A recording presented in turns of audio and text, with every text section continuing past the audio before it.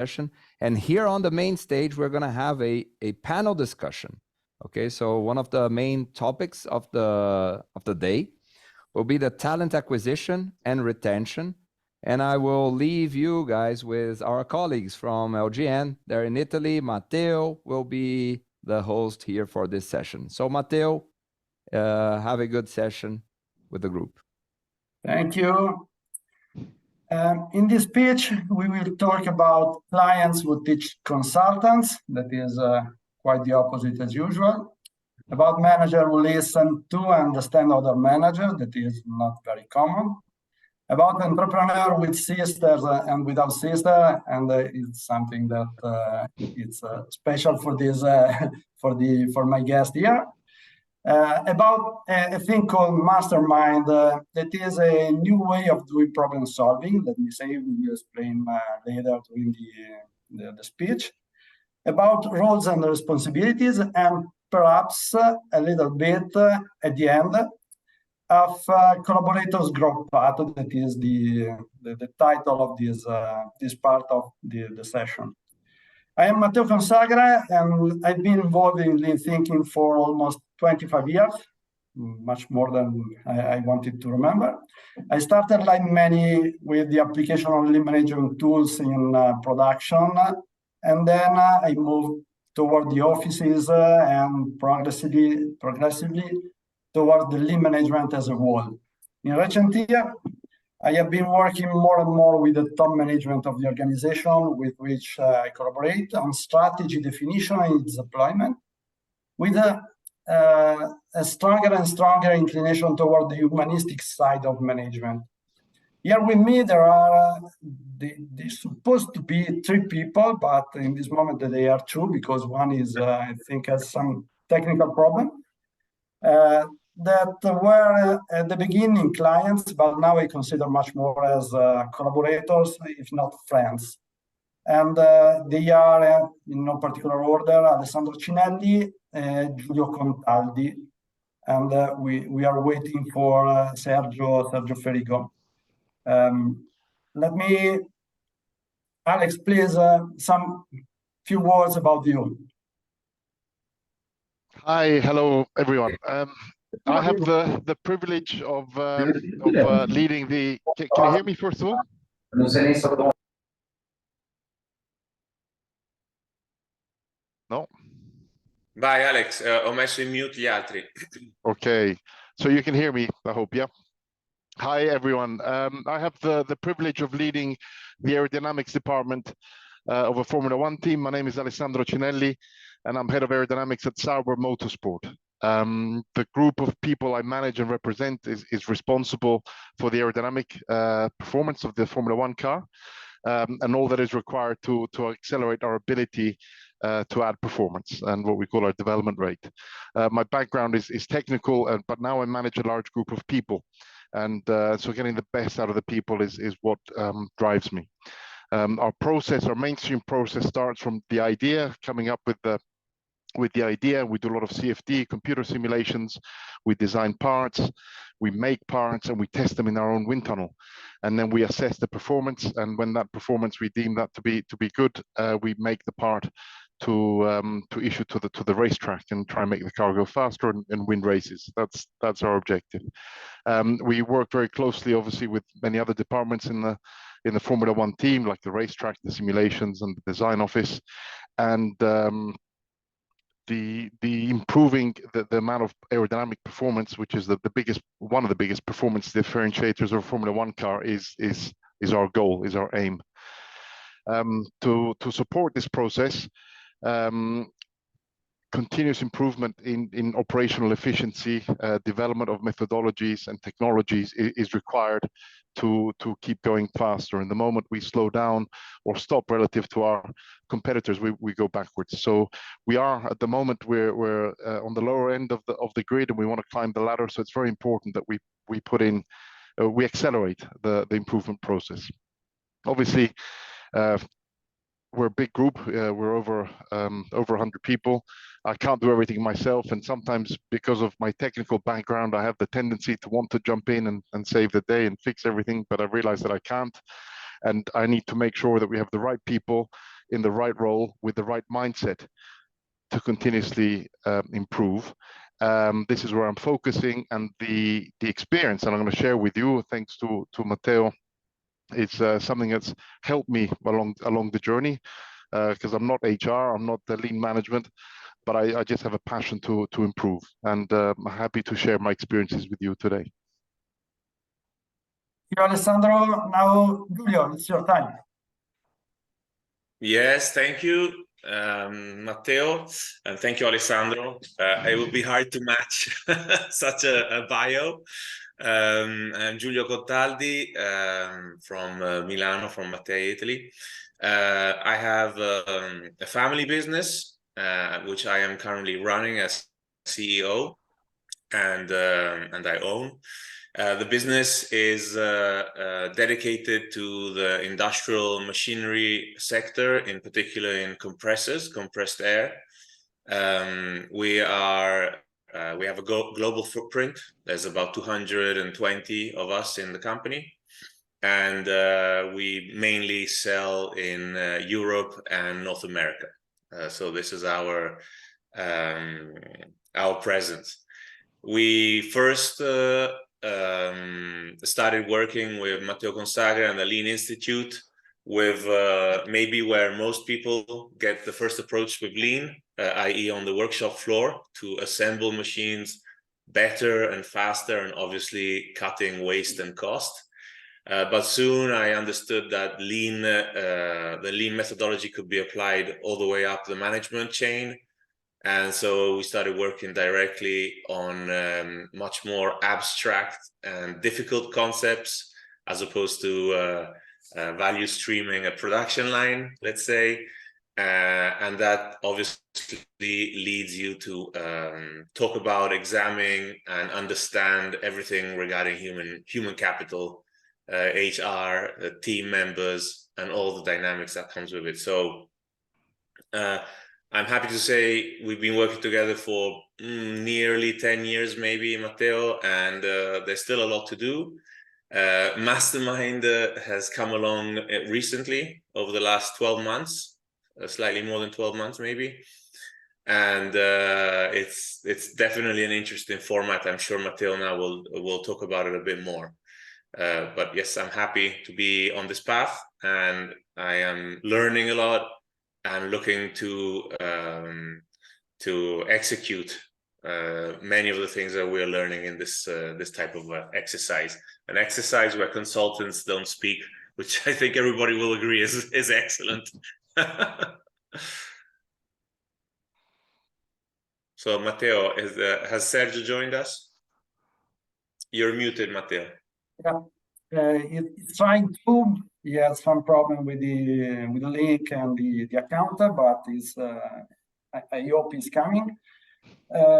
Julio talk about a thing called Mastermind. As you can see in the slide, we will explain a little bit better what Mastermind is.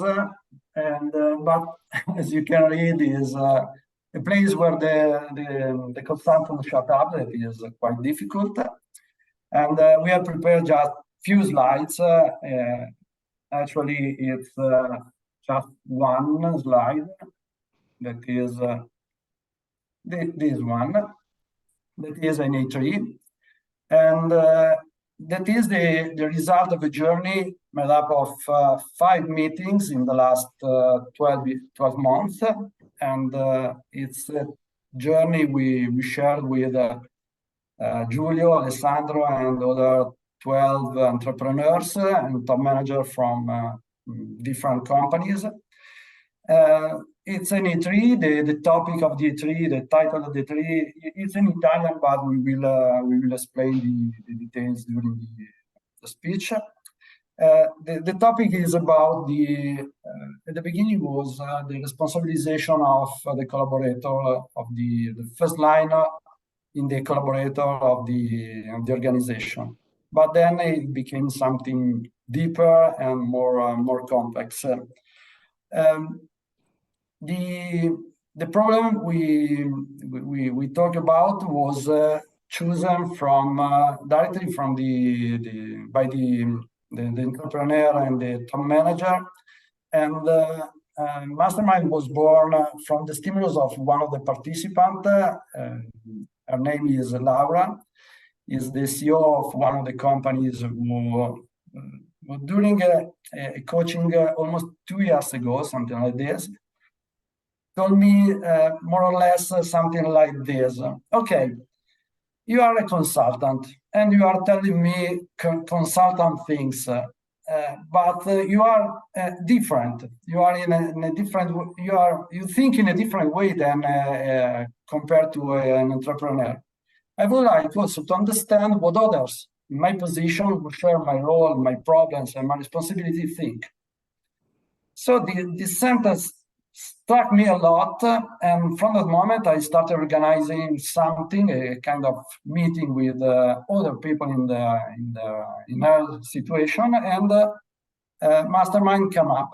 And Mastermind is a moment of meeting and sharing between peers in role, in which I only moderated the discussion. It's my only role is to organize the meeting in the different premises and the different companies, and to organize the lunch and the break the break during the discussion. And the result is at the end, this A3 was written directly by the entrepreneur who participated to Mastermind. Now I don't want to go into the details. I want my friends describe it. And but first of all, I would like Giulio tell something about the format. So before arriving to the content about the format, what do you think about the format of Mastermind? Yes, happily.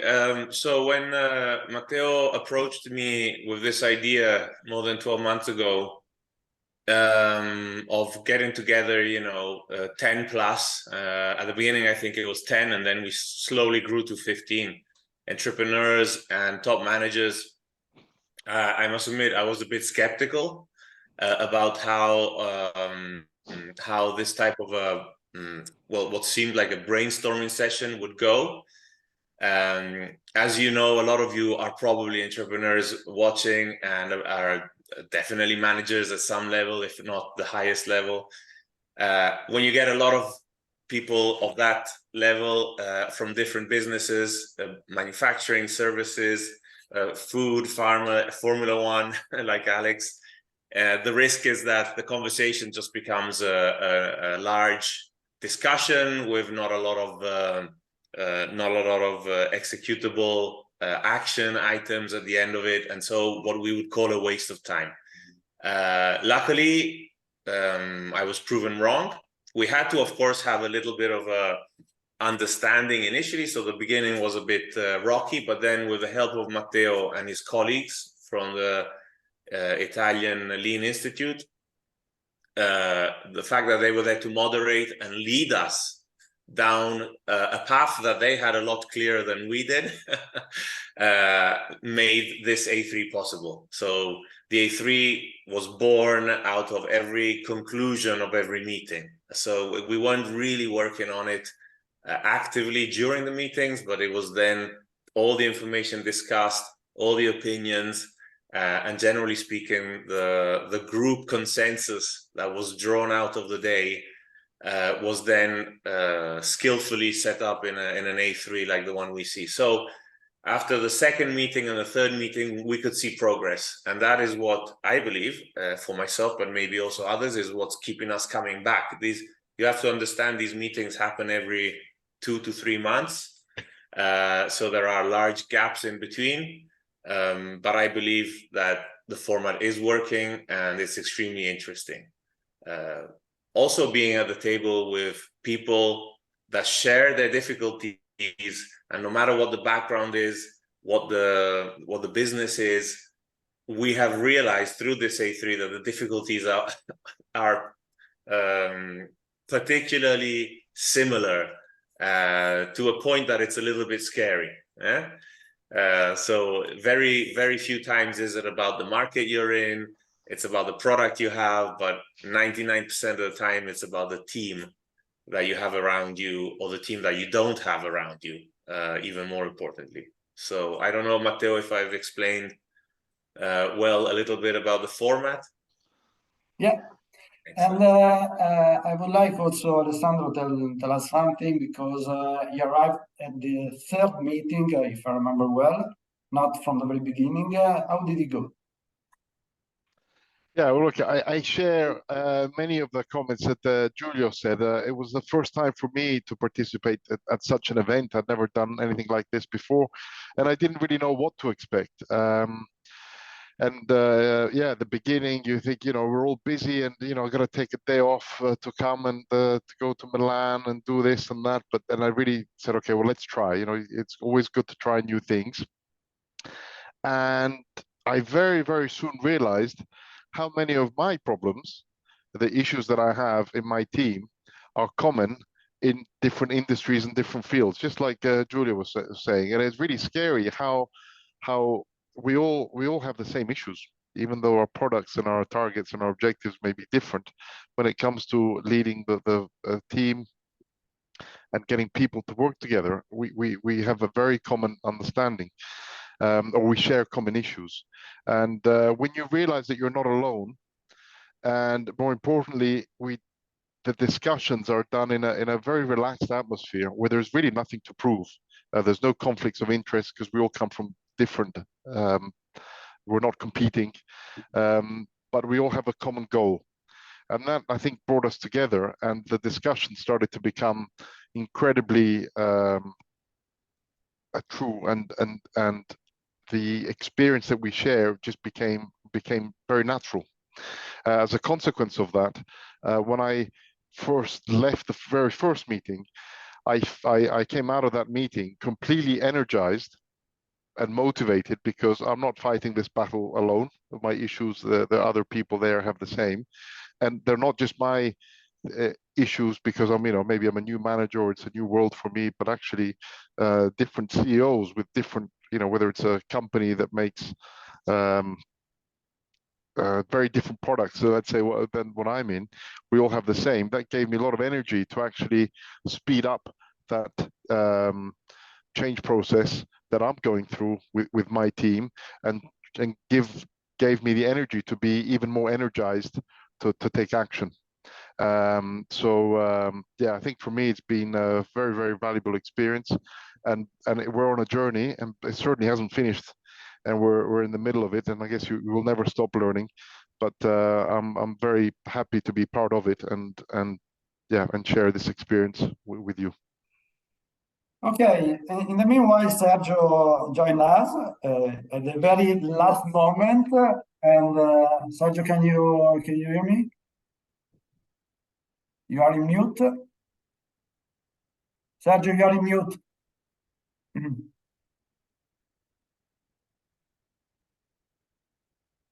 Just Sergio. Okay, thank you. Thank you for your patience, guys. I had a... Please go ahead. Just few words about you, and then what I want you to ask is about Mastermind, and then start the presentation of the A3. Okay, yeah, sure. I am the managing director of FPZ. FPZ is a blower manufacturing company. We are active in the fluid handling technologies. We have also two sister companies in the fan execution and in the dosing pump manufacturing. We are present all over the world, and our turnover is around 55 million euros. Our story with Lean starts in 2012, and since then we have been able to achieve satisfactory goals, never stopping learning. According to the plan, the idea was that I was going to present the introduction of our A3, the one that we developed during our activity in Mastermind. So what we did is trying to understand the background of the common issues that connect all the companies that take part to this group. And so we understood that there are several things that are typical for our industries, while quite different from them, like the difficulties of the manager that are pushed between enthusiasm but daily routines, for example, or the fact that it is hard to bring on board new skilled people. And also, macroeconomically speaking, the fact that we saw an interesting contribution related to the fact that the working people are less and less compared to the elder people that are going out of the working place. And so in this context, we realized that robotics and artificial intelligence are not something that should be seen as a risk for the worker, but a resource to keep our society productive. In this context, we try to understand and we went through observation of every individuals, the things that are related to our efforts and what has been successful, what hasn't been, and that are related to processes. We refer to the little house of the Toyota transformation framework. So related to the value that we wanted to create, related to the process, related to the capability development, the foundations and the mindset of the organization, and of course the management system. And during our talks, we had the opportunity to confront ourselves on the fact that there are many aspects that occur and recur in the experience of everyone.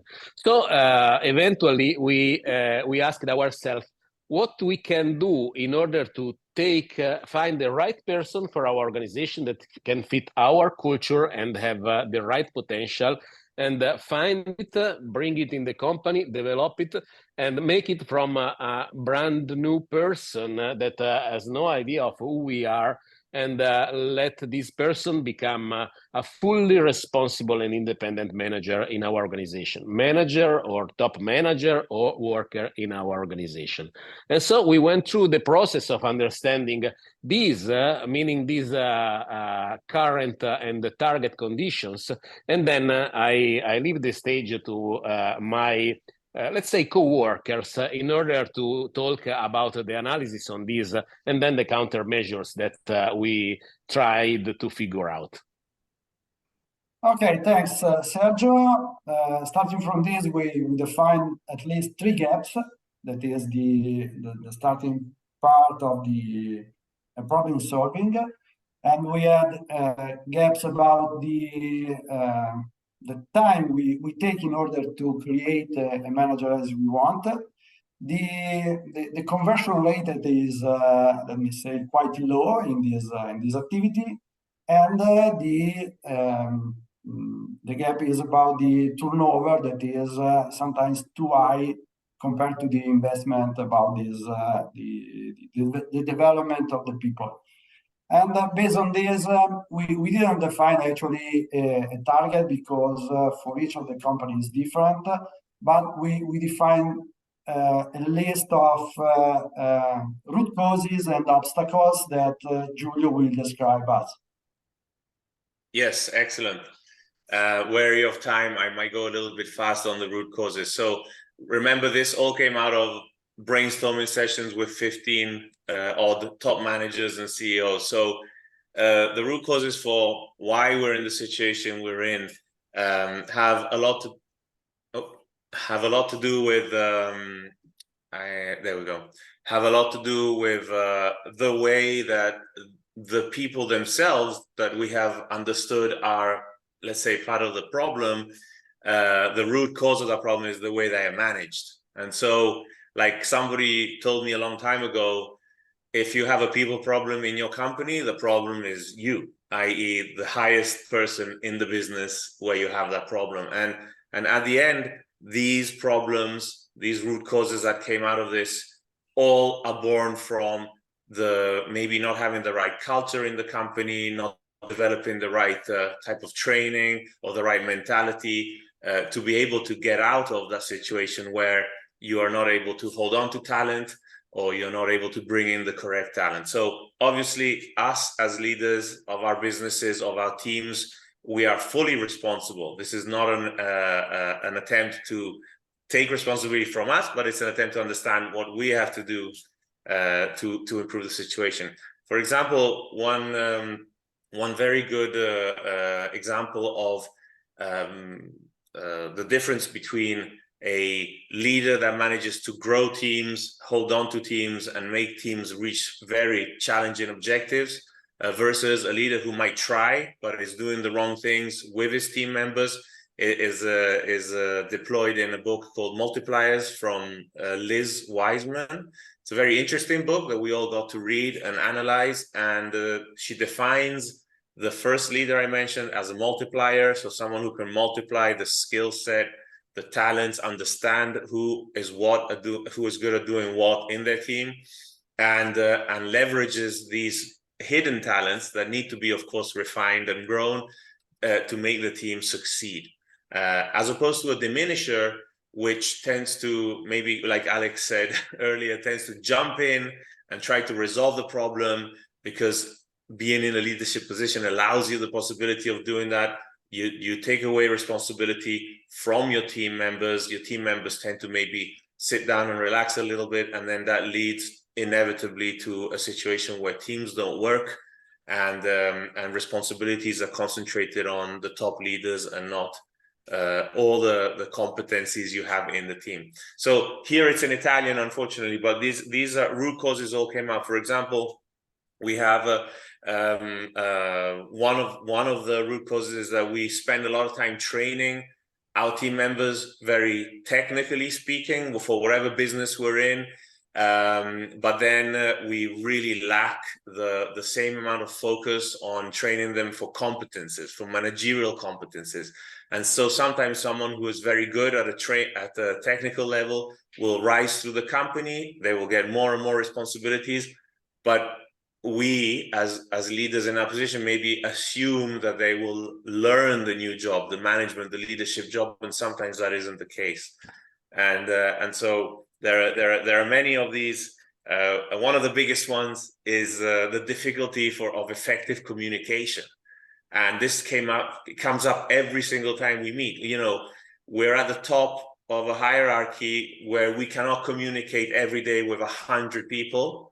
And so how we communicate to our first line and how then we expect them to communicate to our second line, their first line, that kind of deployment with our communication is essential, or the team will never understand where we're trying to go as a group. Okay, so I'll stop there. I'll pass. Yeah. Yes, there's only 2 minutes left. I will leave the rest to Cinelli. Sorry, Alex. Alex, what about the countermeasures? The voice, please. Yeah, what so about the countermeasure? I've only got 2 minutes. I'll do my best. I know I'm used to trying to go fast, but well, once we've set the targets, then what are we going to do about it? And what we saw is, look, we have to go through the path of when we have to find the people and select the best people that have the potential, but how do we grow them and evolve them, and also then prepare for their succession, and it's got to be flowing. How do we do that? And there were three key strategies. One is to really develop the multiplier mentality that Julia was talking about, and making sure that spreads everywhere, and define a path for growth for the people, and really the communication. Again, what Julia was saying, let's make a plan to improve that communication at all the levels. And we defined an action plan. It looks like I don't have the time, so Yeah. thank you very much. Sorry, Chris, just last thing, we are going to share the A3 in English for all the audience. Thank you. So Thank you very guys, much. again, thank you very much for sharing this experience.